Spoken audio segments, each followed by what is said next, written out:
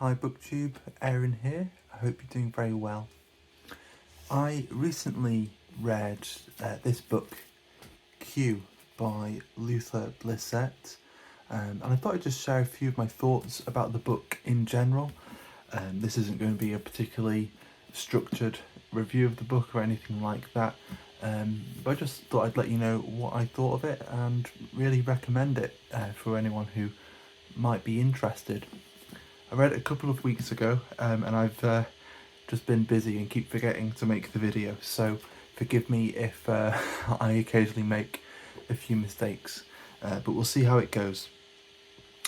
So just generally speaking, the novel Q is a book about the sort of aftershocks of the Protestant Reformation in Europe in the 16th century, and it's following this character who is kind of unnamed but sort of goes by many names throughout the course of the novel, who is drawn, whether out of deep conviction, out of political belief, out of spiritual belief, or just out of self-interest, to some of the more radical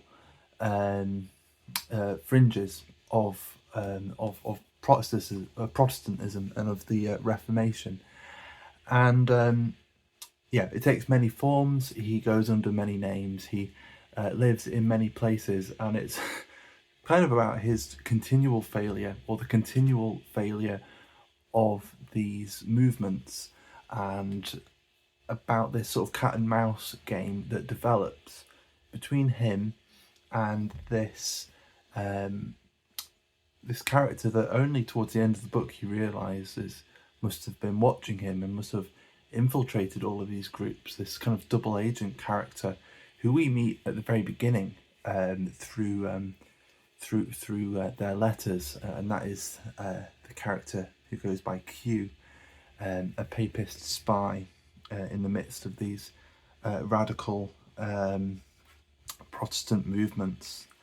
And so our main character, he sort of starts off, I mean, we sort of meet him mid-action in the book, but to give a kind of chronological view of his of his story, he starts off as, I believe, a student in Wittenberg when Martin Luther is there, and initially he is drawn to Luther, and then as some of the more radical characters start showing up, like Thomas Munster, he feels more drawn to them. And I think it's particularly this idea that, I suppose it can come from a few different directions. One is that suddenly they're not relying on the authority of the church and of tradition to say what's right and what isn't, initially pertaining to the doctrines of the church, and just on a basic level what the text of the Bible is actually saying, and so that's sort of in a very loose slapdash way, kind of what Luther's, the effects of Luther's protest and his articles, though there are other things he takes umbrage with and are probably more important. But then this idea that the church no longer is the authority, but it's the scriptures, it is the way God speaks to you through the scriptures, the way essentially it's humans being given a conscience again, is one way of kind of reading it, that suddenly they don't need someone to tell them what is right or wrong, but they can either decide or be quote unquote told by God, either directly or through the Bible, what's right and wrong. And you can kind of already see that sort of through that you can then have people coming in with much more radical ideas about what that means and what God wants to do. And one of those expressions, and it's something that many of the groups this character finds himself fighting alongside, is this idea that the Luther has really given us a way to get rid of the authority of the church. And I mean that's not just a spiritual authority, but they were incredibly land rich, incredibly rich just in general, and so there's that, and they're politically powerful as well, and so there's like idea with Thomas Munster and with others that God is laying aside or even beating down the powers of this world so that his kingdom can come, and that if we're going to do away with all earthly authority in a kind of to have a kind of proto-communist society where there is no distinction between rank and things like that, rank and caste and whatever, then God can come in and bring the kingdom of heaven, and then it's I suppose the end times and everything. So it's a very sort of loose idea of what they were saying. There are distinctions between some of the people, some of the different movements, but that's sort of generally the kind of message that's going out. That there's this very individualistic outlook, an emphasis, a kind of Lutheran emphasis on justification through faith and faith alone, and then this branching out into the undoing of all earthly authority and violently ushering in the kingdom of heaven through open conflict with any earthly authority that will get in their way. And very early in the book we see the first defeat of one of these movements, of Thomas Munster's movement, and our main character is one of the few survivors of the backlash against that and of the kind of massacre really that's carried out to quell this this peasant rebellion. And it is quite often, you have these doctors and these educated men who really see that the way to get this moving is to preach to the peasants who are genuinely hard pressed, it seems, when it just comes to their own self-interest, of course they want to make life better for themselves, and if they're able to fight for it, okay, let's fight for it. And so they start preaching to peasants, and so there's this big peasant movement, and we see him after all these people are killed, after this this terrible atrocity, and he escapes and he kills his first person, just to get by and get through unscathed, and it's this just continual journey from place to place. He's changing his name, and it's kind of a journey of survival, and as I'm reading through, just trying to work out what his motivation is. Is it coming from a genuine conviction, or is his conviction and even his spiritual faith something he turns on and off? It's a kind of charade for the people around him, just so he can keep going another day and fight another day. And so in terms of the plot, that's kind of what's going on.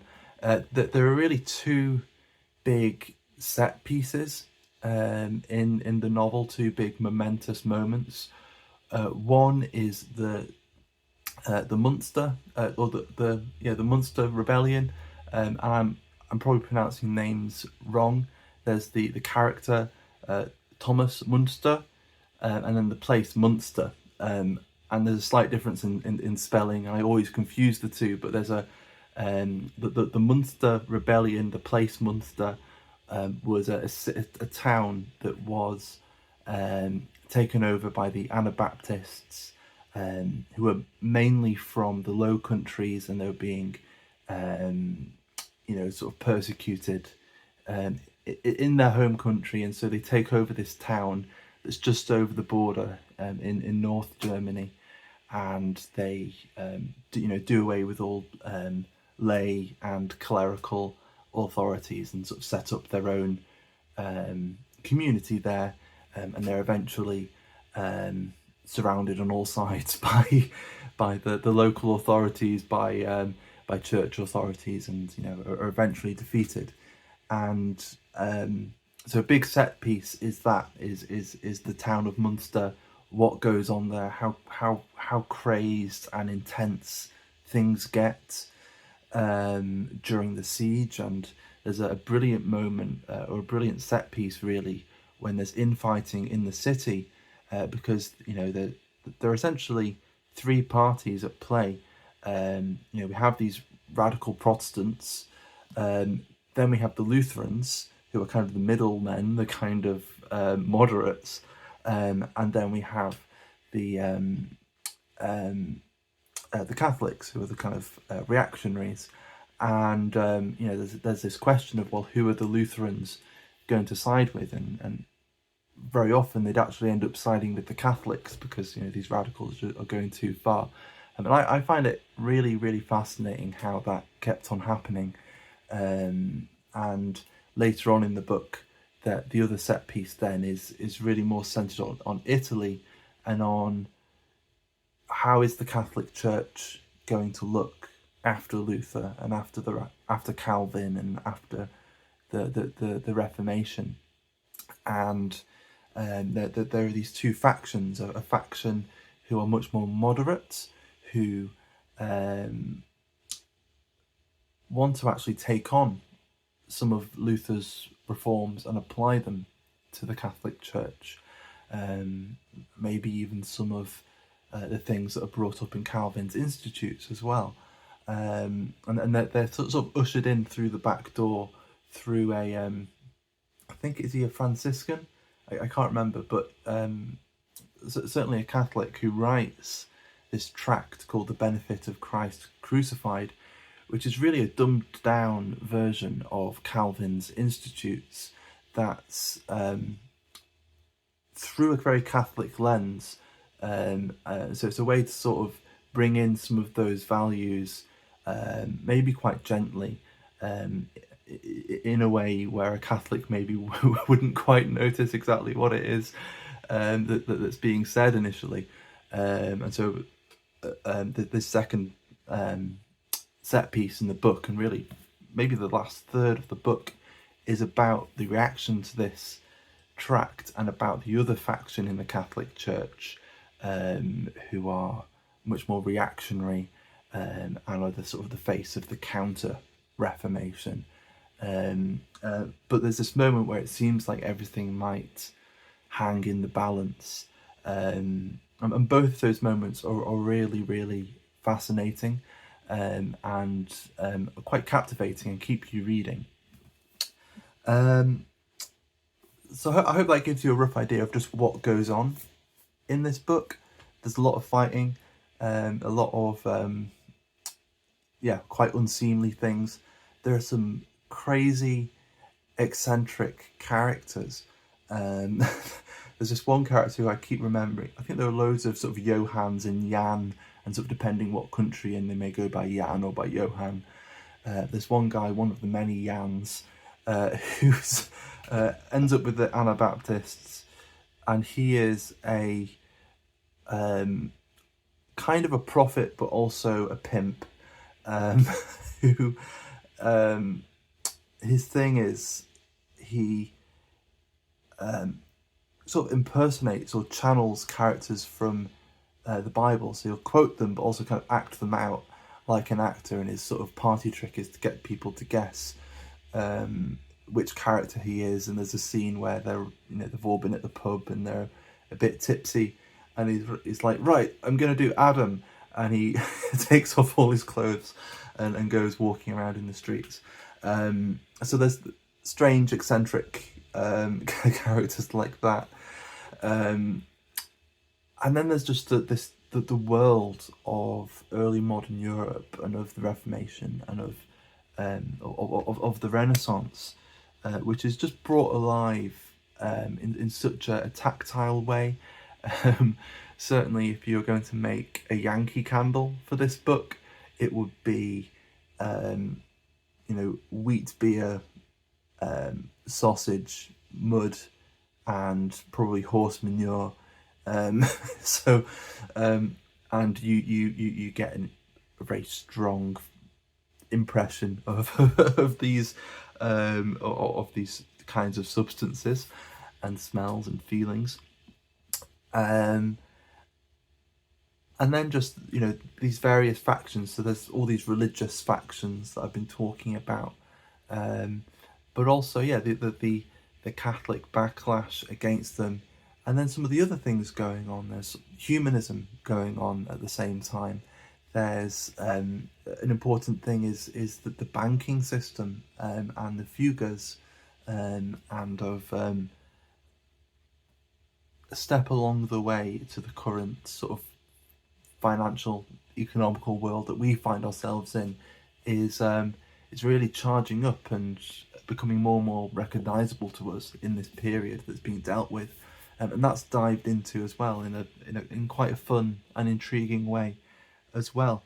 And then at the end of the book there's Venice as well, which is a world of its own. And so I really quite enjoyed this book. I'd say there are elements of the ending that were a little less appealing to me. It just started getting less and less believable, I suppose, as it went on. And I could have done with, I won't spoil how things end and how and why the characters are in Venice and what's going on in Venice. But I could have stood with a much less hopeful and happy ending. I even though there's a lot of failure and death, I would have been happy with a little more failure and death. I would have found that a little more convincing. But there's still plenty of failure and death if you want it. So there you go, Q by Luther Blissett, who I should say isn't a person, it's 4 people writing together, and they're based in Bologna, and this translation is by Sean Whiteside. So it's pick it up if you're interested. It's about 600 pages, quite immersive. I would say a rough idea of the history of the period would be really helpful, I think, even if you just look at the Wikipedia page for Anabaptism and the Munster Rebellion and Luther and Calvin and stuff like that. You might just want to get a rough idea of the ideas that were going around at the time before picking up the book if you're not that familiar with them. So there we go, that's Q by Luther Blissett. Let me know if you've read it, or if you're thinking of reading it and what you think of it if you have read it. But for now, thank you for watching, and I'll see you soon. Bye bye.